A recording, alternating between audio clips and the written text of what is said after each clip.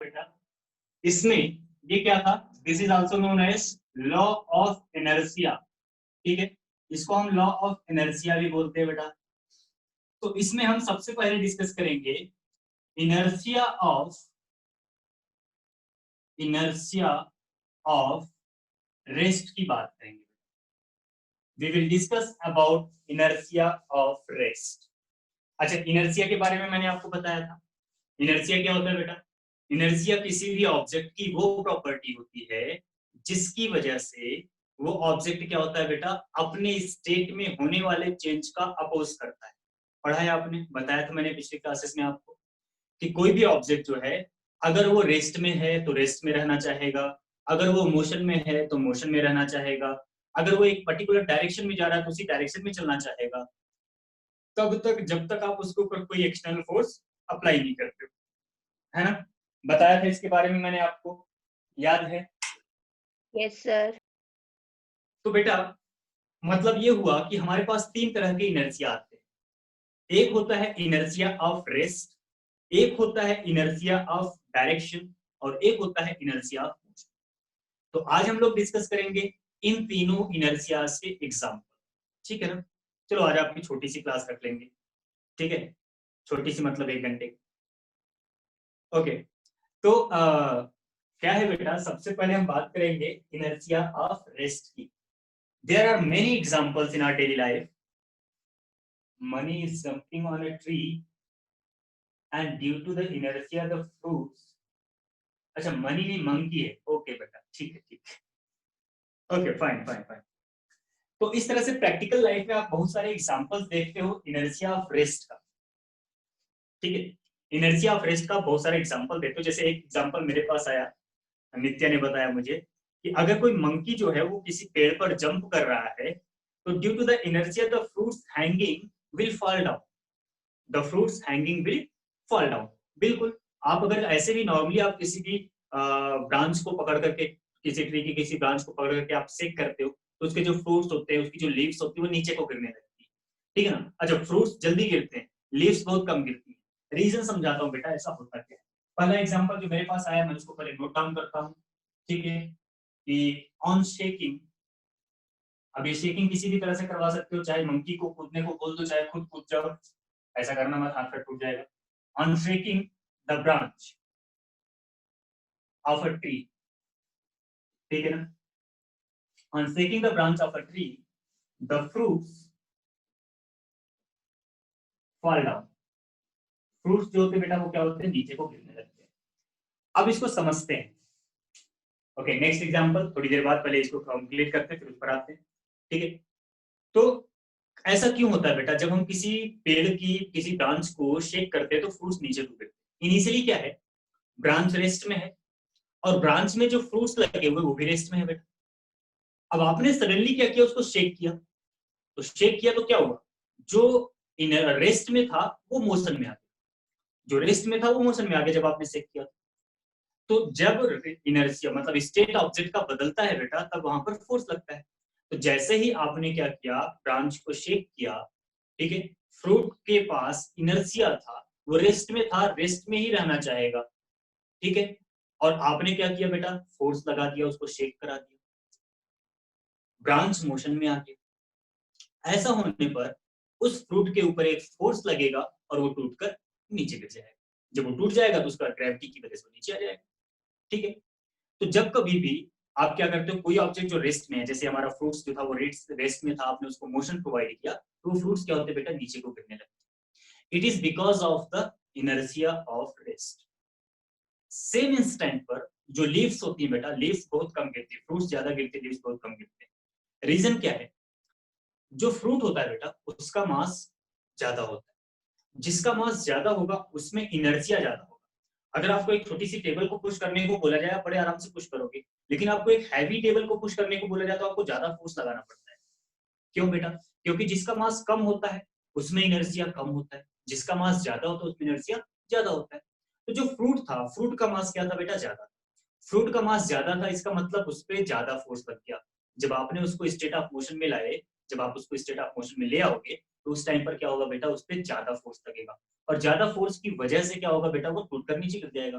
लेकिन लीव्स का मास कम होता है, तो लीफ के ऊपर क्या होता है बेटा, लीव्स के ऊपर मास कम लगता है, फोर्स कम लगता है, इसलिए वो कम टूटते हैं।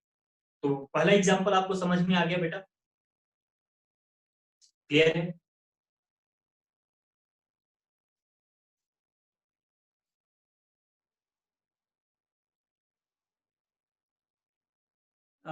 प्रत्युष बेटा ने बताया, do I want to get up after sleeping? Sir don't है, डोंट। हाँ बेटा, अच्छा डोंट है वो, ओके ओके, डोंट है,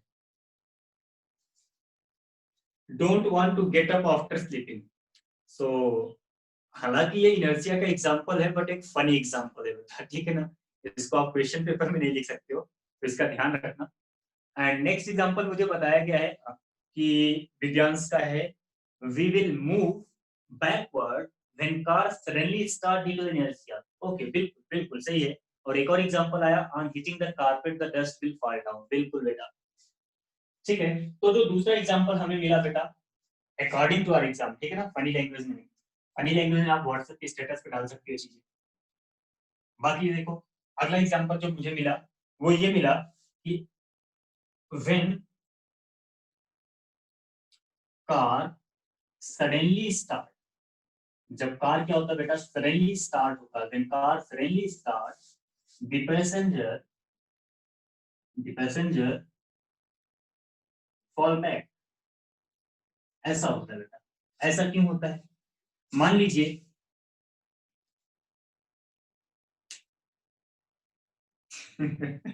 तन्मय आज आप पूरे फन के मूड में हो। चलो सर संडे को पढ़ने का मन नहीं करता, तो ऐसी चीजें आती है दिमाग में। कोई नहीं कोई नहीं, चलिए पहले इस वाले एग्जांपल को डिस्कस कर लेते हैं, आप वाले एग्जांपल पर आएंगे और फिर वहां पर आपको बताएंगे rotation and revolution of each. Okay, ठीक है। तो जो दूसरा एग्जांपल हमारे पास है बेटा, when car suddenly start the passenger fall back. हमें सिर्फ एग्जांपल्स को पढ़ना नहीं, हमें उसको समझना भी है ना, समझते हुए भी चलना है। तो जब क्या होता है बेटा, आप किसी व्हीकल में बैठे हुए, मान लो आप सीट के ऊपर बैठे हुए, सडनली गाड़ी चलना शुरू करती है, तो आपका जो lower portion of the body है जो कि सीट के कांटेक्ट में है, वो क्या होता है बेटा, मोशन में आ जाता है। लेकिन जो upper part of the body है बेटा, जो कि कांटेक्ट में नहीं है, सीट के कांटेक्ट में नहीं है, ठीक है ना, वो क्या है, due to the inertia rest में ही रहना चाहता है। अपर पार्ट रेस्ट में, लोअर पार्ट मूव कर गया, तो आप क्या होगा बेटा, पीछे गिर जाओगे। तो इसीलिए कभी भी जब क्या होता है, कोई भी व्हीकल हो, आप उस व्हीकल में हो और वो सडनली आगे को चले, तो आप एक फोर्स फील करते हो पीछे की तरफ, एक फोर्स लगता है, आपको लगता है किसी ने आपको धक्का मार दिया पीछे की तरफ, ठीक है ना। तो that is because of the inertia of the body, ठीक है। फिर नेक्स्ट एग्जांपल मुझे लिखा हुआ है, व्हेन मॉम टेल्स, नहीं यार तन में क्या भेजते रहते यार, when mom tells you go to the school. तो बेटा देखो क्या होता है ना, एक्चुअली इनर्शिया तो है, लेकिन उस इनर्शिया को ओवरकम कैसे करना है वो हमें न्यूटन ने बताया। उन्होंने बताया अगर इनर्शिया कम हो, कम फोर्स लगाओ, और ज्यादा हो तो ज्यादा फोर्स लगाओ। तो इट डिपेंड्स ऑन यू कि आप स्कूल कितने मन से जाना चाहते हो, कितने मन से नहीं जाना चाहते हो, उसके हिसाब से मम्मी डिसाइड करती है कि 2 डंडे मारना है या 3 डंडे मारना है, ठीक है ना। तो जिस तरह से आपका इनर्शिया होगा उस तरह से आपको फोर्स मिल जाता होगा घर पे बराबर का, ठीक है, और फिर आपका इनर्शिया पीछे हो जाता है, फिर आप जो है दूसरे स्टेट में आ जाते हो, ठीक है ना। नेक्स्ट बेटा एग्जांपल था, on hitting the carpet the dust will fall. बिल्कुल, ये भी एक एग्जांपल है बेटा, ये सब एग्जांपल आपसे एग्जामिनेशन में पूछे जाते हैं। So on hitting the carpet, अगर आप कारपेट को हिट करते हो बेटा, dust will fall down, dust will fall down. बिल्कुल, ये भी हमारा एग्जांपल बेटा किसका है, इनर्शिया ऑफ रेस्ट का है। आपने कारपेट लिया और कारपेट को आपने किसी एक स्टिक से बीट करना स्टार्ट किया, तो जो कारपेट है बेटा वो सडनली मूव कर जाता है, लेकिन जो डस्ट पार्टिकल होते हैं ड्यू टू द इनर्शिया वो रेस्ट में ही रहते हैं। अब कारपेट मूव कर गया, डस्ट रेस्ट में है, ग्रेविटी की वजह से वो नीचे गिर जाएगा, ठीक है ना। तो ये भी क्या हुआ बेटा, इनर्शिया ऑफ रेस्ट हुआ। ओके, एंड वन मोर, बहुत सारे एग्जांपल्स आ गए, हम धीरे धीरे इसको एक्सप्लेन कर रहे हैं आपको। ये हो गया rotation and revolution of the earth. अच्छा, rotation and revolution of the earth में बेटा जरा बताओ इनर्शिया का कांसेप्ट कैसे यूज होता है, rotation and revolution of earth में इनर्शिया का कांसेप्ट कैसे यूज हुआ है।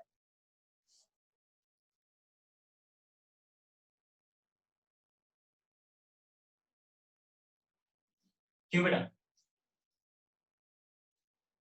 ये इनर्शिया ऑफ रेस्ट नहीं है, इनर्शिया का एग्जांपल तो है लेकिन इनर्शिया ऑफ रेस्ट नहीं है। अभी मैं इसके बारे में बात करूंगा। It will be the inertia of direction, not inertia of rest. ठीक है बेटा, क्योंकि रोटेशन रिवोल्यूशन कंटिन्यूअसली चलता रहता है, कहीं रेस्ट में नहीं रहती है कि रेस्ट में है फिर चलना शुरू कर रही है। Okay, next example, when bus suddenly stops. नहीं बेटा नहीं, अभी हम बात कर रहे हैं इनर्शिया ऑफ रेस्ट की। अभी आपको वो एग्जांपल बताने हैं जिसमें ऑब्जेक्ट रेस्ट में हो और फिर उसके बाद मूव करे, वो होता है example of inertia of rest. ठीक है, ये बस सडनली स्टॉप का मतलब इनर्शिया ऑफ मोशन हुआ बेटा, इसके बारे में थोड़ी देर में डिस्कस करेंगे। नेक्स्ट एग्जांपल था when we jump from a moving vehicle we fall down due to the inertia. ये भी इनर्शिया ऑफ मोशन है बेटा, इनर्शिया ऑफ रेस्ट नहीं। We quickly jerk a piece of paper kept under a book. The book does not move. बिल्कुल, अगर हमने क्या किया कि कोई एक पेपर ऑफ पीस है, ठीक है, मतलब कि एक बुक है, बुक के अंदर कोई एक पेपर का पीस रखा हुआ है, अगर आप सडनली उसको खींचते हो ना, पेपर बाहर आ जाता है लेकिन बुक वहीं रह जाती है। It is because of the inertia of rest of the book. Book rest में है तो रेस्ट में ही रहना चाहेगा, आपने फोर्स पेपर पीस पर लगाया, पेपर पीस बाहर आ जाए। ठीक है बेटा, और कभी कभी ऐसा भी होता है कि अगर बहुत ज्यादा बुक्स एक साथ रखी हुई शेल्फ के अंदर और आपने किसी एक पेज को पकड़ के खींचा तो पेज फट के हाथ में आ जाता है, बुक वहीं रह जाती है। क्यों? क्योंकि मास ज्यादा हो जाता है, उसका इनर्शिया ज्यादा हो जाता है। ठीक है, ओके बेटा। और ऐसे ही एक और एग्जांपल होता है बेटा, एक और एग्जांपल जो आपसे एग्जामिनेशन में पूछा जाता है। एक ग्लास होता है बेटा, ग्लास, ठीक है ना, इस ग्लास के ऊपर एक कार्डबोर्ड रखा है और इस कार्डबोर्ड के ऊपर एक कॉइन रखा हुआ है, कॉइन रख दिया। अगर आपने सडनली इसके ऊपर एक फोर्स लगाया, एक जर्क प्रोवाइड किया आपने इस कार्डबोर्ड को, तो कार्डबोर्ड मूव कर जाता है और कॉइन कहाँ गिर जाता है बेटा, ग्लास के अंदर गिर जाता है। ठीक है ना, it is also because of the inertia of rest. Cardboard क्या है बेटा, रेस्ट में, उसके ऊपर कॉइन भी क्या है बेटा, रेस्ट में। आपने फोर्स किस पर लगाया, कार्डबोर्ड पर, कार्डबोर्ड क्या हुआ, मूव कर गया। लेकिन because of the inertia of the rest, coin will fall down to the glass. ठीक है बेटा, so these are few examples of the inertia of rest. I hope that आपको समझ में आ गया। अगर आपसे कभी पूछा जाएगा what are the examples of inertia of rest, तो आपको वो एग्जांपल बताने हैं जिसमें ऑब्जेक्ट पहले रेस्ट में, वही एग्जांपल बताने। ठीक है ना, ऑब्जेक्ट मूव कर रहा था तो वो इनर्शिया ऑफ मोशन का हो जाएगा। Okay, got it. Inertia of rest समझ आ गया? Yes, sir. Fine. So now the next examples, next example हम लेते हैं बेटा इनर्शिया ऑफ मोशन का। इनर्शिया ऑफ मोशन का एग्जांपल लेते हैं। किसी भी ऑब्जेक्ट में इनर्शिया ऑफ मोशन जो होता है वो कैसे आता है, क्या आता है, चलो फटाफट उसके एग्जांपल बताने शुरू करो। Inertia of motion, inertia of motion.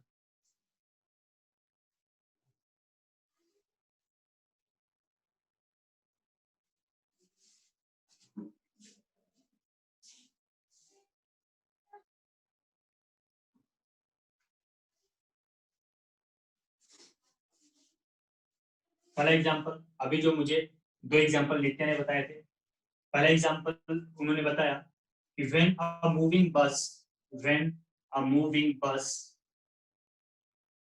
Stops suddenly. अगर कोई मूविंग बस जो है सडनली रुक जाती है बेटा, तो in that case the passengers fall in forward direction। ठीक है ना, जो पैसेंजर्स होते हैं बेटा वो क्या होते हैं, फॉरवर्ड डायरेक्शन में गिर जाते हैं। अब इसकी वजह क्या है, इसकी भी वजह यही है बेटा, बस चल रही है, आपका पूरा बॉडी बस के साथ मूव कर रहा है, बस रुक गई तो आपके जो पैर हैं बेटा या lower part of the body है वो बस के कांटेक्ट में है, वो रुक गया, बट आपका जो upper portion of the body है वो मोशन में ही है, तो इस वजह से आप क्या होता है बेटा, आगे की तरफ गिर जाते हो। बात समझ में आ रही ना? ये हो गया बेटा इनर्शिया ऑफ मोशन, मोशन की इनर्शिया की वजह से ऐसा हुआ बेटा। ओके, नेक्स्ट एग्जांपल भी वही था, जितने नहीं बताया था, क्या बताया था कि when we jump from moving vehicle. अगर हम जंप करते हैं किसी मूविंग व्हीकल से तो उस केस में क्या होता है बेटा, we have to run, we have to run in the direction of bus, in the direction of vehicle. Vehicle लिखा तो व्हीकल लिखते हैं। मतलब चलती हुई बस से जैसे आप उतरते हो ना, मान लो अगर बस चल रही है और आप उससे उतरते हो नीचे को, तो आप गिरो नहीं, इसके लिए आप क्या करते हो बेटा, बस के डायरेक्शन में थोड़ी दूर तक दौड़ते हुए जाते हो, ठीक है ना। इसकी भी वजह यही है क्योंकि जब आप चलती हुई बस से सडनली पैर ग्राउंड पे रखते हो ना, तो आपका पैर तुरंत रेस्ट में आ जाता है, और पैर रेस्ट में अपर बॉडी क्या है बेटा, मोशन में, तो आप गिर जाओ। तो अगर आपको उससे बचना है, चलती हुई बस से उतरते वक्त बचना है, तो आपको बस के डायरेक्शन में दौड़ना पड़ेगा और कोशिश ये करना पड़ेगा कि जितनी स्पीड से बस चल रही है उतनी स्पीड से ही नीचे ही आपको दौड़ना पड़े, ठीक है ना। बट ये खतरनाक स्टंट है, ऐसा स्टंट आप करना मत, ठीक है। तो आपको ये समझ में आ गया, this is the inertia of motion. Any other example of inertia of motion? When bus suddenly stop the chance, okay बेटा, हाँ बिल्कुल ये बात हमने डिस्कस कर लिया। Any other example? अरे एंजल, आप भी कुछ बताओगे, बाकी लोग क्या कर रहे हैं? when we are in falling elevator, when we are in falling elevator, बेटा वहां पर इनर्शिया के बारे में कुछ समझाओगे क्या होता है?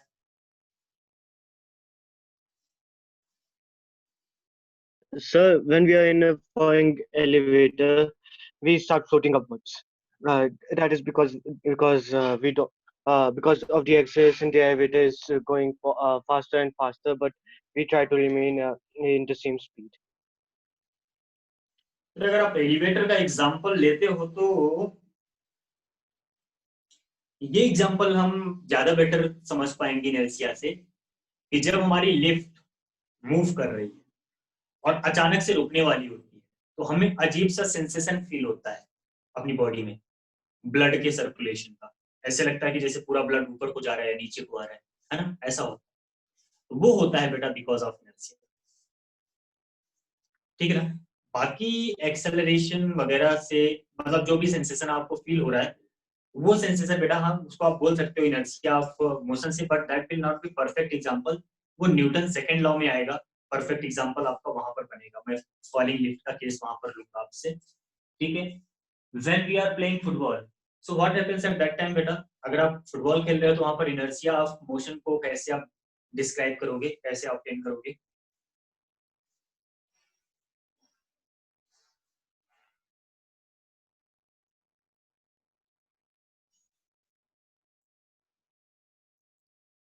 बस अगर हम फुटबॉल खेल रहे हैं तो वहां पर इनर्शिया ऑफ मोशन कैसे आ रहा है?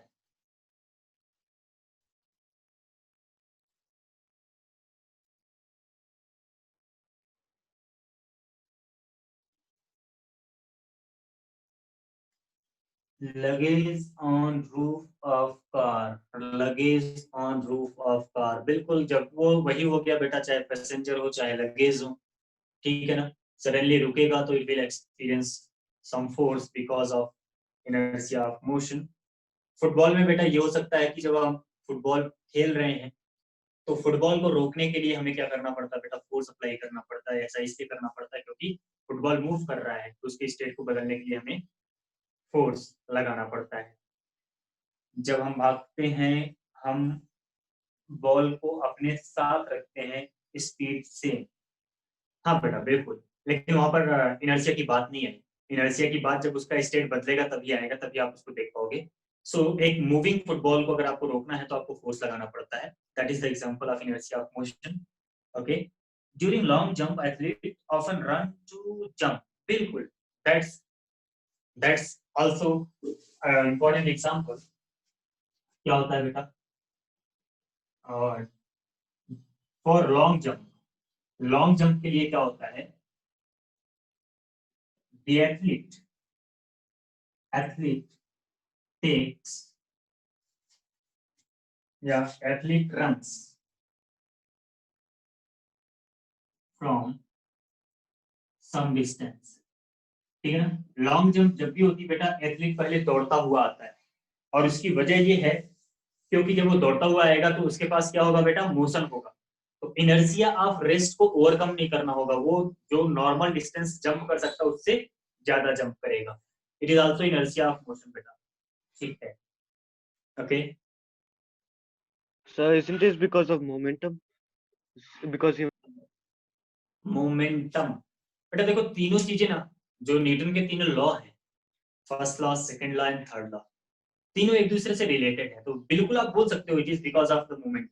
ऑब्वियसली किसी भी ऑब्जेक्ट का स्टेट बदलता है, इसका मतलब क्या है बेटा, मोमेंटम बदलता है ना, तो इसलिए आप बोल सकते हो, बिल्कुल मोमेंटम के लिए बोल सकते हो। लेकिन आपसे यहाँ पर बात किसकी हो रही है, आपसे बात सिर्फ और सिर्फ हो रही है इनर्शिया के examples, right?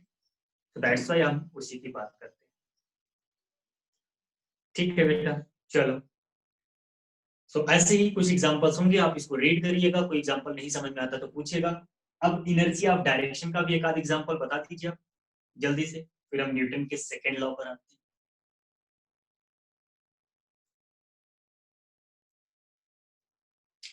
Inertia of direction किसी को पता है?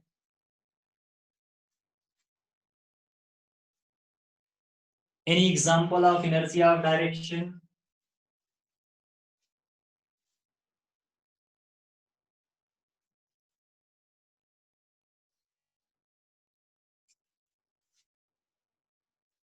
मेरी क्लास के शांति वीरों, थोड़ा शोर मचाओ, जवाब दो।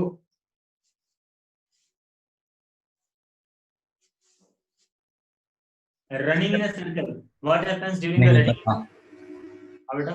नहीं पता सर। ओके, कुछ तो देखा होगा यार।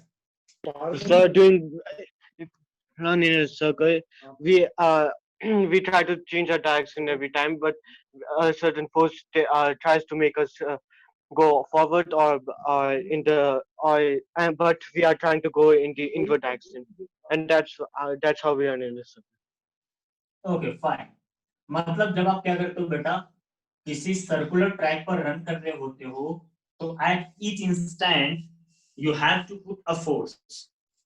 ठीक है बेटा, जब आप क्या करते हो बेटा, सर्कुलर ट्रैक पर रन कर रहे हो, तो at each instant you must have to apply some force, जिससे कि आप सर्कुलर ट्रैक पर बने रहो। अगर आप फोर्स नहीं लगाते हो बेटा, अच्छा फोर्स किधर लगाना है, अपनी वेलोसिटी के परपेंडिकुलर। आप हमेशा जब सर्कुलर ट्रैक पे चलते हो, दौड़ते हो ना, तो आप अंदर की तरफ झुके हुए होते हो। क्यों होता है बेटा, आप अपना जो बॉडी का वेट है ना, वो थोड़ा सा सेंटर की तरफ करते हो, ठीक है ना, जिसकी वजह से एक कंटिन्यूअस फोर्स आपके ऊपर लगता है सेंट्रल डायरेक्शन, और आप सर्कुलर पाथ पर बने हो। ठीक है, और दूसरा एग्जांपल मेरे पास आ चुका है, चिराग ने बोला है passenger travelling in a car on curve road experience outward push, बिल्कुल। Nishiya splashing of mud by vehicle, okay बिल्कुल। एंड सना एंड सबा ने भी बताया कुछ, when a car turns the luggage above, बिल्कुल। ये तीनों ही एग्जांपल इनर्शिया ऑफ डायरेक्शन के हैं जो भी हमारे पास आए हैं अभी। एक है क्या कि when a car turns the luggage, जो उसके ऊपर लगेज रखा होता बेटा, वो हमेशा अपोजिट डायरेक्शन में जाता है। It is more difficult for a dog to catch hare, बिल्कुल बिल्कुल, क्योंकि वो अपोजिट जिगजैग पाथ में भागता है, बार बार उसका डायरेक्शन बदलता है। तो हेयर का मास कम होता है, वो जल्दी जल्दी बदल लेता है, लेकिन डॉग का मास क्या होता है बेटा, ज्यादा होता है, तो उसको डायरेक्शन बदलने में प्रॉब्लम होती है। बिल्कुल, इनर्शिया ज्यादा होता है, इनर्शिया डायरेक्शन ज्यादा होता है। Okay, so I am going to write down that examples point wise. जो शुरू के तीन एग्जांपल थे वो लगभग एक ही थे, जो सनातन ने बताया था, सना सभा ने बताया था, चिराग ने बताया था। ठीक है, वो एग्जांपल्स लगभग लगभग सेम ही थे। ठीक है, तो उसकी बात करते हैं बेटा, क्या था, when any vehicle, ठीक है, when any vehicle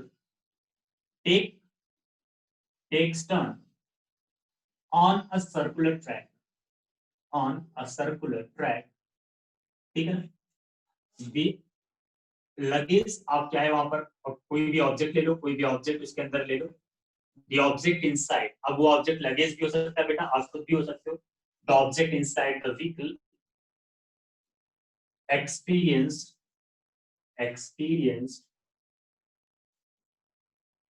an outward force, ठीक है ना, एक आउटवर्ड फोर्स लगता है बेटा उसके ऊपर, ठीक है। It is because of inertia of direction, ठीक है, क्योंकि कार का डायरेक्शन तो बदल गया, लेकिन जो ऑब्जेक्ट है इनर्शिया की वजह से वो अपना डायरेक्शन सडनली चेंज नहीं कर पाता है। ठीक है, passenger travelling in a car curve road, बिल्कुल ये बेटा हो गया। इसके बाद जो दूसरा एग्जांपल आया, इसमें सब आ गया, पैसेंजर भी आ गया, लगेज भी आ गया इस एग्जांपल में।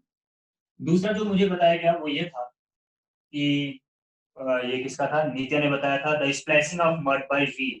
यस बिल्कुल, the splashing of mud by wheels। ठीक है बेटा, ये भी इसी वजह से होता है क्योंकि जब व्हील सर्कुलर टर्न ले रहा होता है तो जो मड्स लगे होते हैं बेटा उसके टायर्स के ऊपर, उन मड्स को डायरेक्शन बदलने के लिए फोर्स की जरूरत होती है जो कि उसको नहीं मिलता है, और जब फोर्स नहीं मिलता तो टेंजेंशियली बाहर को निकल जाता है। ठीक है ना, टायर के साथ रोटेट नहीं करता। It is also because of inertia of direction.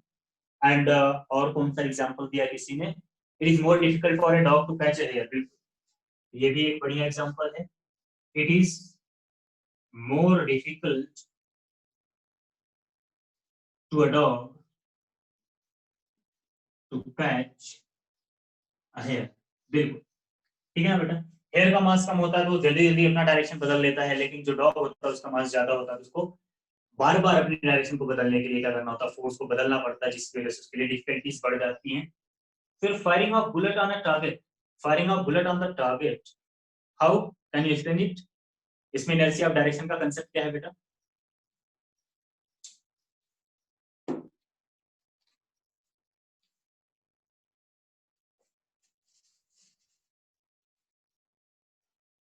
Firing of bullet on the target, इसमें इनर्शिया का कांसेप्ट क्या है, inertia of direction?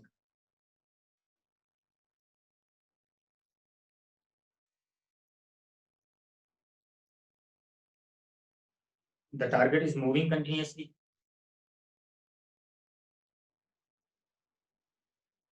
Excuse a question.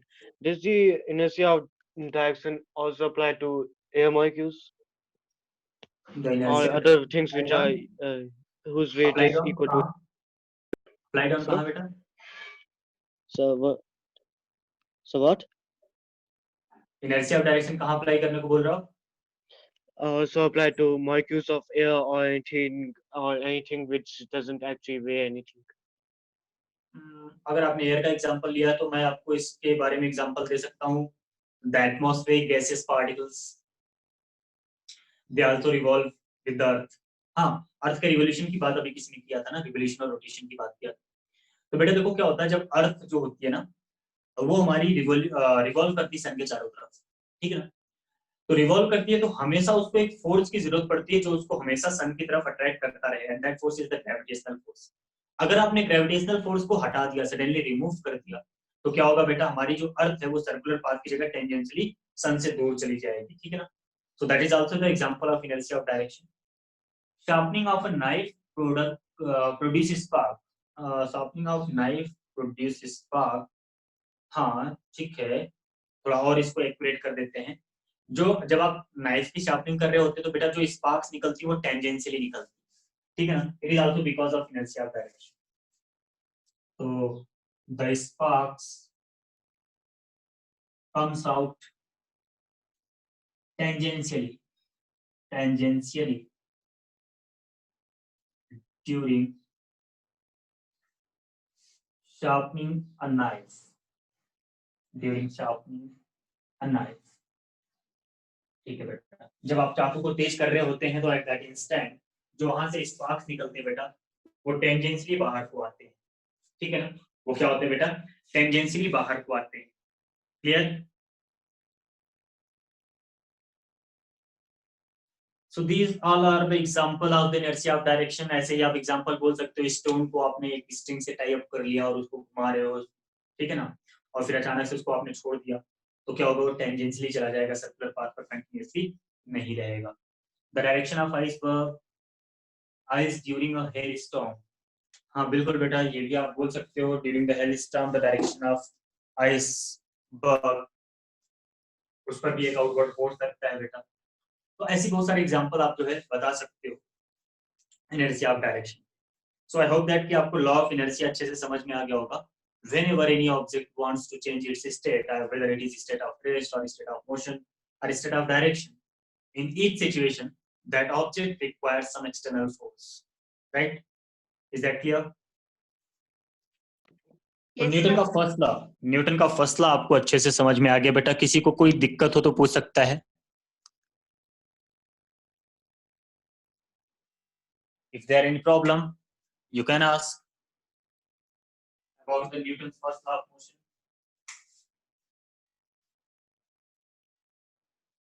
चलिए ठीक है फिर। तो ये था बेटा न्यूटन का first law of motion, theoretical था, और आपको इसको एक बार और रीड कर लेना, फिर बताना अगर कोई भी दिक्कत आती है बेटा तो आप हमसे पूछ सकते हैं। चलिए अब हम बात करेंगे न्यूटन के सेकेंड लॉ ऑफ मोशन की। सेकेंड लॉ ऑफ मोशन पर आने से पहले एक दो पॉइंट मैं आपसे पूछना चाहता हूँ अपने एप्लीकेशन के रिगार्डिंग। चलो सेकेंड लॉ पे आते हैं फिर। बेटा आज आपका जो टेस्ट होने वाला है, आज नहीं सॉरी कल होने वाला है, क्योंकि आज मोस्ट ऑफ द पीपल जो है मजाक के मूड में लग रहे हैं, और आप थोड़ा अच्छे से पढ़ लेना जो आपका टेस्ट आएगा कल के लिए, ठीक है उसके लिए। चलिए तो Newton law second law of motion की हम लोग बात करेंगे, लेकिन न्यूटन के सेकेंड लॉ ऑफ मोशन को डिस्कस करने से पहले हम आपको एक छोटा सा कंसेप्ट आज बताएंगे, दैट इज मोमेंटम। ठीक है बेटा, वो होता है बेटा मोमेंटम के बारे में आज बात करेंगे, जिसको हम स्मॉल पी से रिप्रेजेंट करते हैं। ठीक है बेटा, मोमेंटम की बात करेंगे। क्या किसी को पता है कि मोमेंटम होता क्या है? Sir tomorrow test is at 2 PM। नहीं बेटा 2 PM तो थोड़ा सा देखते हैं, अगर 2 बजे हो जाएगा तो हो जाएगा, otherwise it can be at 3 और 4। 1 घंटे का टेस्ट होगा बेटा। टेस्ट में कंपोनेंट वाला टॉपिक आएगा। हाँ बिल्कुल, क्योंकि मुझे ही डालना है तो मैं टाइप कर लूंगा, अगर टाइप हो जाता है तो डाल दूंगा बेटा, है ना। दैट सिंपल, उसमें क्या आपको परेशान होने की, जितना पढ़ाया गया उतना ही आएगा, जितना पढ़ाया गया मेरे हिसाब से आप उसको सब कुछ अच्छे से पढ़ा हुआ है, कोई दिक्कत नहीं होगी आपको, जितना पढ़ा है उतना आपको अच्छे से रिवाइज करके रखना। सर पीसी पे चलेगा क्वालिटी ये क्या डाला भाई? पूरा का पूरा सर कुछ नहीं, वो पीसी पे नहीं चलेगा तो इसलिए मैं सैड हो गया, क्योंकि इस पीसी पे स्क्रीन बड़ी होती है तो मेरे को आदत उसकी है। ओके कोई बात नहीं बेटा, बस जल्दी आपको डेस्कटॉप वर्जन मिल जाएगा। Sir because our school class is till 2:30 and ठीक है बेटा 2:30 तक। देखो एप्लीकेशन पर जब आपका टेस्ट आ जाएगा तो टाइमिंग की कोई इश्यू नहीं होगा, टेस्ट आपका एक्टिवेटेड रहेगा नियरली फॉर 24 आवर्स, लेकिन इसका मतलब ये नहीं कि 24 घंटे बाद देना, ठीक है ना। जब भी आपको टाइम मिलता है आप आओगे 1 घंटे के लिए, बस एक टाइम में एक ही अटेम्प्ट दे सकते हो आप टेस्ट का, ये ध्यान रखना। ये नहीं कि टेस्ट को खोल लिया और फिर आपका कोई काम आ गया तो छोड़ के चले गए, फिर नहीं दे पाओगे। 1 घंटे के लिए आपको आना है एप्लीकेशन पे, किसी भी टाइम आना अपनी स्कूल की क्लास के बाद, 1 घंटे के लिए आना है, टेस्ट देना है, रिजल्ट लेना है, वापस जाना है। Okay 60 minute 45 question.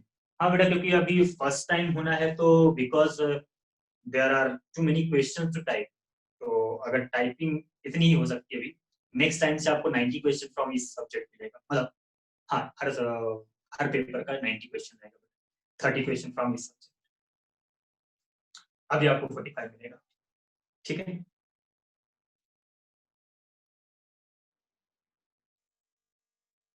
Okay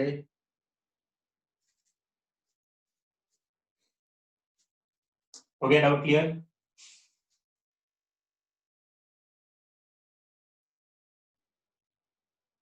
sir answer की कहाँ मिलेगी बेटा? आफ्टर द टेस्ट आपको सब मिल जाएगा, टेस्ट पेपर भी PDF मिल जाएगा और आंसर भी मिल जाएगा आफ्टर टेस्ट। चलो अब हम बात करते हैं बेटा मोमेंटम की। मोमेंटम क्या है थोड़ा सा मैं आपको एक्सप्लेन कर देता हूँ कंसेप्ट इसका, फिर इसका यूज करके न्यूटन का सेकंड लॉ हम लोग डिस्कस करेंगे। तो ये मोमेंटम जो है बेटा ये होता क्या है, मोमेंटम क्या चीज है? तो अभी हम कुछ देर पहले बात कर रहे थे, क्या कि किसी भी ऑब्जेक्ट का जब स्टेट बदलता है ना तो हमें क्या करना पड़ता है बेटा? फोर्स लगाना पड़ता है। इसी की बातें कर रहे थे अभी थोड़ी देर पहले हम लोग, कि if we want to change the state of any object we have to apply some force। क्यों अप्लाई करना पड़ता है बेटा? मतलब कितना फोर्स अप्लाई करना पड़ता है, क्यों अप्लाई करना पड़ता है वो तो आपने जान लिया, क्योंकि इनर्शिया होता है, इनर्शिया की वजह से आपको फोर्स अप्लाई करना पड़ता है किसी भी ऑब्जेक्ट के ऊपर उसके स्टेट को बदलने के लिए। जो सेकंड लॉ है बेटा वो आपको ये बताता है कि कितना फोर्स अप्लाई करना है। तो उस फोर्स के लिए आपको एक क्वांटिटी डिफाइन करनी है बेटा, कि जब कोई ऑब्जेक्ट रेस्ट में है या मोशन में है तो उसके पास ऐसी कौन सी चीज होती है जिसके बदल जाने से फोर्स लगाना पड़ता है, जिसके बदलने की वजह से फोर्स लगाना पड़ता है। So that quantity is momentum. कोई भी ऑब्जेक्ट जिसके पास कुछ एक मास है और वो मूव कर रहा है, ठीक है ना, any object having some mass जिसके पास कुछ एक मास हो, having some mass and moving with some velocity, moving with, ध्यान देना मैं लिख रहा हूं velocity not speed, moving with some velocity possess momentum, possess momentum. ठीक है बेटा, which is given as P is equals to mass into velocity. Velocity is the vector quantity, speed is the scalar quantity, और momentum किस पर depend करता है बेटा? Velocity पर डिपेंड करता है, ठीक है ना? तो any object which is moving and having some mass will possess some momentum. उसके पास क्या होगा बेटा? मोमेंटम होगा, ठीक है ना? कैसे समझते हैं इसको, क्या चीज है ये? एक छोटा सा एग्जांपल लेते हैं। मान लो हमारे पास कोई एक ग्लास का सरफेस है ना, और उस ग्लास के सरफेस पे हमने क्या किया बेटा? एक छोटा सा पेबल लिया और उसको कुछ हाइट से ड्रॉप कर दिया। एक आवाज आती है, टन की आवाज आती है थोड़ी सी, और अगर कमजोर कांच है तो थोड़ा सा क्रैक वैक कर जाएगा, राइट? क्या हुआ ऐसा बेटा? जब आपने पेबल को कुछ ऊपर से ड्रॉप किया, पहुंचा उस सरफेस पर, ग्लास के सरफेस पर, उसके पास आ गई कुछ एक वेलोसिटी, और जैसे सरफेस के कांटेक्ट में आया सडनली वेलोसिटी हो गई 0। तो सडनली क्या हुआ बेटा? जब वो नीचे मूव कर रहा था तो मास था ही, वेलोसिटी मिल चुका था, उसके पास आ गया क्या बेटा? मोमेंटम। अब मोमेंटम आ गया, अब वो मोमेंटम सडनली बदल गया, इस वजह से फोर्स लगा तो वो क्रैक कर गया, या फिर कोई एक साउंड के फॉर्म में आवाज आपको सुनाई दी। अगर उस पेबल की जगह हम एक बड़ा सा पत्थर लेते और उसको ड्रॉप कर देते, क्या होता बेटा? सेम हाइट से बड़ा सा पत्थर ड्रॉप कर, क्या होता? पूरी कांच की टेबल या कांच का जो ग्लास सरफेस था वो टूट जाता। ऐसा क्यों होता बेटा? इस एग्जाम्पल से मुझे क्या पता चल रहा है? इस एग्जाम्पल से पता चल रहा है कि जो हमारा पेबल था, पेबल का मास कम था, और पेबल का मास कम था तो मोमेंटम कम था, तो फोर्स कम लगा, इसलिए टूटा नहीं। और जब आपने बड़ा सा स्टोन ले लिया, सेम हाइट से ड्रॉप करने पर स्पीड सेम मिलती है, आपने पढ़ा होगा स्पीड v = √2g, मैं नहीं पढ़ाया, ठीक है ना? हाइट पे डिपेंड करता, सिर्फ मास पे डिपेंड नहीं करता। अब आपने बड़ा सा ऑब्जेक्ट लेकर के सेम हाइट से ड्रॉप किया, स्पीड तो उतनी है, वेलोसिटी तो उतनी है उसकी, ठीक है? लेकिन बेटा क्या हुआ? मास ज्यादा होने से मोमेंटम ज्यादा हो, और मोमेंटम जब ज्यादा था तो ज्यादा फोर्स लग गया, और ज्यादा फोर्स लग गया तो ग्लास क्या हुआ बेटा? टूट गया, ठीक है ना? सिमिलरली एक और एग्जांपल लेते हैं। मान लीजिए हमने एक बुलेट फायर कर दिया ग्लास के सरफेस पर, बुलेट फायर किया सेम हाइट से। अब बुलेट का मास तो कम होता है बेटा, लेकिन उसकी स्पीड बहुत ज्यादा होती है, तो स्पीड ज्यादा होने की वजह से उसका मोमेंटम ज्यादा है और फोर्स ज्यादा लगा, ठीक है? तो ग्लास सरफेस टूट गया। मतलब यह है कि कोई भी मूविंग ऑब्जेक्ट जो होता है ना, उसके पास एक क्वांटिटी होती है मोमेंटम, और जब वो मोमेंटम बदलता है तब लगता है फोर्स। बात समझ में आ रही है? हर मूविंग ऑब्जेक्ट के पास क्या होता है बेटा? मोमेंटम होता है। क्यों होता है? क्योंकि उसके पास मास है, उसके पास वेलोसिटी, मास है, वेलोसिटी है तो मोमेंटम है, और जब कभी वो मोमेंटम बदलेगा, चेंज होगा, then there will be some force. आई बात समझ में? Yes sir. और एक तीसरी बात और, जो मोमेंटम है वो जितना जल्दी बदलेगा, जितना जल्दी बदल जाएगा मोमेंटम, उतना ज्यादा फोर्स लगेगा। मोमेंटम जल्दी से बदल गया, ज्यादा फोर्स लगा, मोमेंटम बदलने में टाइम लगा तो कम फोर्स लगा। तो तीन चीजों पर फोर्स डिपेंड किया, दो चीजों पर बेसिकली हम बोल सकते हैं, एक तो मोमेंटम पर और एक टाइम, ठीक है? तो खैर अभी आपको मोमेंटम समझ में आ गया होगा, मोमेंटम क्या चीज है। And change in momentum will be given as mass times of final velocity minus initial velocity. इस बात का आपको ध्यान रखना है, ठीक है ना? इसके ऊपर हम पहले कुछ क्वेश्चंस करेंगे और फिर उसके बाद हम न्यूटन के सेकंड लॉ का डिस्कशन करेंगे, ठीक है? तो आई होप दैट कि आपको मोमेंटम समझ में आ